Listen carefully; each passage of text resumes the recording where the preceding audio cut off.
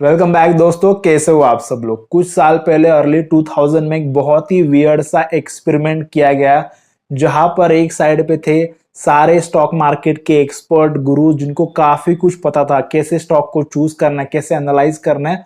और एक तरफ थे बंदर, लिटरली बंदर, और इन दोनों के बीच में कंपटीशन होने वाला था, जहां पर इन दोनों को 30-30 ऐसे स्टॉक्स को चूज करना था जो फ्यूचर में अच्छा परफॉर्म करेंगे। तो यहाँ पर एक कंपटीशन हुआ भी और इसका रिजल्ट भी आया, और इसका रिजल्ट काफी ज्यादा शॉकिंग है। मैं आपको बताऊंगा इसका रिजल्ट क्या निकला and moral of the story क्या है। बट उससे पहले एक कहानी शुरू कहां से हुई। तो एक ऑथर है, उन्होंने एक बुक लिखी थी, उस बुक का नाम है the random walk down wall street. और इनके जो ऑथर है बर्टन मार्केल, आई होप कि मैं इनका नाम ठीक से प्रोनाउंस कर रहा हूँ। इन्होंने एक चैप्टर लिखा था उनके बुक के अंदर, जहां पर उन्होंने लिखा था कि ये स्टॉक मार्केट गुरु से काफी अच्छा, तो आपको ब्लाइंड फोल्डेड मंकी आप अच्छा रिटर्न दे सकते हैं। उन्होंने उसके अंदर काफी कुछ चीजें लिखी थी, जहां पर जो है रैंडमली अगर आप इंडेक्स के अंदर भी इन्वेस्टमेंट करते हो तो आप आराम से, अगर होल्ड करते हो लॉन्गर टर्म की से होल्ड करते हो तो आप अच्छा रिटर्न बना सकते हो। ना कि अगर आप एक्टिवली उससे मैनेज करोगे तो काफी सारी गलतियां ये जो एक्सपर्ट करते हैं। इसे चैलेंज करने के लिए, इसकी सच्चाई ढूंढने के लिए काफी सारे लोगों ने ये जो एक्सपेरिमेंट किया, जहां पर बंदर को एक्सपर्ट के साथ कंपटीशन किया गया। अब यहाँ पर सिंपली क्या किया गया कि ये जो एक्सपर्ट थे, एक्सपर्ट्स ने जो 30 स्टॉक ऐसे चुने जो उनको लगता था कि फ्यूचर में अच्छा परफॉर्म करेंगे और अगले कुछ साल तक ये जो उन्हें एक्टिवली मैनेज भी करेंगे, यानी कि बाय सेल भी करेंगे, थोड़ी पोजीशन बढ़ाएंगे भी घटाएंगे भी, जो भी है, राइट। एंड यहाँ पर उसके अगेंस्ट यहाँ पर जो बंदर है, इनके बंदर की आंखों के ऊपर पट्टी बांध दी गई और सामने एक शीट लगाई गई, जहां पर जो है S&P 500 कंपनीज की लिस्ट थी, और जहां पर इन बंदरों को जो है डार्ट फेंकना था, और जहां पर भी डार्ट जाके लगेगा उन 30 स्टॉक को जो चूज कर लिया गया। एंड ये स्टॉक जो परचेस करके रख दिए। अब कुछ साल बाद यहाँ पर जो स्टॉक एक्सपर्ट एक्टिवली उसे मैनेज कर रहे थे, और बंदर वाले पोर्टफोलियो ऐसे ही लॉक इन कर दिए गए थे।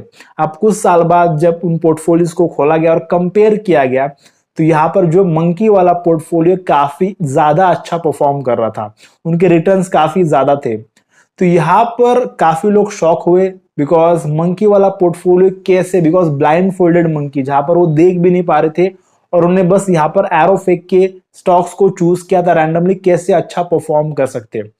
तो यहाँ पर दोस्तों कोई भी मैजिक नहीं है, यहाँ पर सिंपल साइकोलॉजी का यहाँ पर एक लोचा है जिसे हम लोग समझते हैं।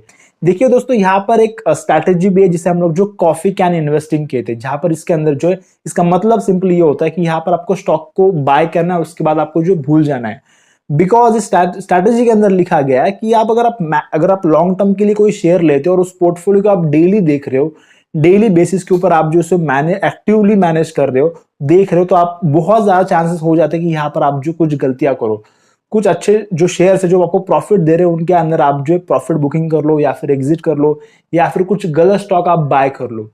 तो इसलिए यार, अगर आप लॉन्ग टर्म के लिए अगर कोई शेयर ले लिया आपने, एक बार एनालिसिस कर से ठीक से एनालिसिस करके अगर आपने ले लिया, तो उसे आपको भूल जाना ही सही है। ऑब्वियसली आप क्वार्टरली अगर उनके रिजल्ट आने के बाद आप एनालिसिस कर सकते हो, बट यहां पर सिंपली यही हुआ इस केस के अंदर, इस एक्सपेरिमेंट के अंदर क्या हुआ, ये जो स्टॉक मार्केट के एक्सपर्ट्स है, इन्होंने जो कंटिन्यूअसली एक्टिवली जो मैनेज किया। अब साइकोलॉजी क्या कहती है, जहां पर भी आपको प्रॉफिट दिखेगा तो वो कहेंगे कि यार ये अच्छा प्रॉफिट दिख रहा है, इसे बुक कर देंगे, ताकि ये प्रॉफिट अगर माइनस में चला गया तो फिर हम लोग इसे मिस कर देंगे। तो फियर ऑफ मिसिंग आउट, काफी सारे ऐसे टर्म जो आपके माइंड के ऊपर हावी करते हैं। एंड अगर समझो, मान लो कोई लॉस में कोई शेयर दिख रहा है, अगर पहली बात तो आपने उस शेयर को चूज किया था तो आपको लग रहा था कि उसके अंदर पोटेंशियल है, बाद में लॉस दिखा तो फिर आपने जो लॉस में ही बुक कर लिया, लॉस बुक कर लिया। तो यहाँ पर ऐसे काफी सारे स्पॉन्टेनियस डिसीजन आप ले सकते हो, यहाँ पर आप जो हाइपर होके कुछ डिसीजन ले सकते हो। तो यहाँ पर इन एक्सपर्ट ने वही किया। बट वर्सेस इस मंकी के पोर्टफोलियो के अंदर ये सारे शेयर्स ले लिए थे कि अभी ऐसा नहीं कि यार सारे शेयर्स अच्छे परफॉर्म करे होंगे, बट यहाँ पर कुछ ऑब्वियसली कुछ कंपनी शायद बैंकरप्ट भी हुएंगी, डीलिस्ट हुई होंगी, बट कुछ ऐसे स्टॉक होंगे जो बहुत ज्यादा आउट परफॉर्म किए होंगे, जिन्होंने इसका पोर्टफोलियो काफी अच्छा बनाया। तो यहाँ पर किसी एक महान आदमी ने कहा है कि यार स्टॉक मार्केट हो या फिर आदमी हो, आखिर जाना ही ऊपर ही है। तो सिंपली स्टॉक मार्केट अल्टीमेटली ऊपर ही जाता है। बिकॉज अगर मैं आपको एग्जांपल भी दूं तो यहाँ पर आप इस चार्ट को देख सकते हो, यहाँ पर जो डायरेक्टली कंपैरिजन हुआ है म्यूचुअल फंड का इंडेक्स फंड के साथ। यहाँ पर आपको इंडेक्स फंड नहीं पता है तो सिंपली आपका जो निफ्टी 50, जहां पर जो है सारे 50 स्टॉक होते हैं बड़े बड़े, जिनका एवरेज होता है, अगर आप डायरेक्टली उसके अंदर भी इन्वेस्ट करो इंडेक्स फंड के अंदर, बिकॉज इंडेक्स फंड के अंदर आपको जो है मैनेजर की, एक्सपर्ट की फीस कम लगती है, बिकॉज वहां पर कुछ ज्यादा काम नहीं होता है।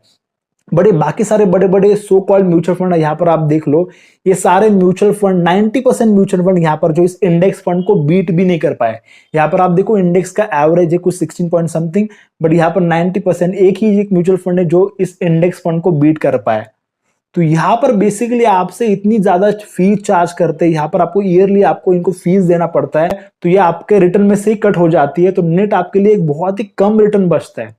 तो ये सारा एक्टिवली मैनेज करने के बाद भी अगर ये निफ्टी इंडेक्स को भी अगर बीट नहीं कर पा रहे, और ऐसा ही होता है 80% ये जो म्यूचुअल फंड है निफ्टी इंडेक्स को या फिर किसी भी इंडेक्स को बीट ही नहीं कर पाते, तो इसका रीजन क्या है? Over analysis leads to paralysis. ज्यादा भी एनालिसिस नहीं करना चाहिए।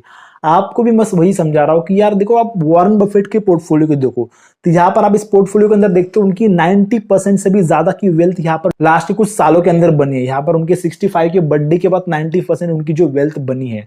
तो ऐसा क्यों हुआ है? बिकॉज लॉन्ग टर्म से 30-40 साल से उन्होंने जो है एक ही शेयर्स को होल्ड करके बैठे हुए, तो एक कंपाउंडिंग मैजिक क्रिएट करता है। तो सिंपली यहाँ पर जो है अगर आप लॉन्ग टर्म के लिए एक अच्छे स्टॉक को होल्ड करते हो तो आपका पूरा पोर्टफोलियो काफी अच्छा ग्रो हो सकता है। सिंपली अगर आप राकेश झुंझुनवाला के एग्जांपल के देखो तो यहाँ पर उन्होंने टाइटन कितने सालों तक होल्ड किया।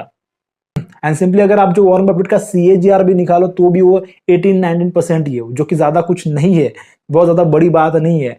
बट यहाँ पर कितने ज्यादा टाइम तक आप उसे होल्ड करते हो उतना ही ज्यादा आपके लिए कंपाउंडिंग भी अफेक्ट करेगा और उतना ही ज्यादा ये आपके लिए अच्छा होगा, बिकॉज काफी आप जो इमोशनल डिसीजन लेने से बच जाओगे। सो आई होप गाइज आपको जो वीडियो पसंद आया। अगर आपको वीडियो पसंद आया तो इस वीडियो को लाइक कर दो। अगर आपकी कुछ रिकमेंडेशन है कौन से वीडियो चाहिए आपको, तो वीडियो के नीचे आप कमेंट कर सकते हो। मिलते किसी और नेक्स्ट वीडियो में, तब तक के लिए बाय बाय।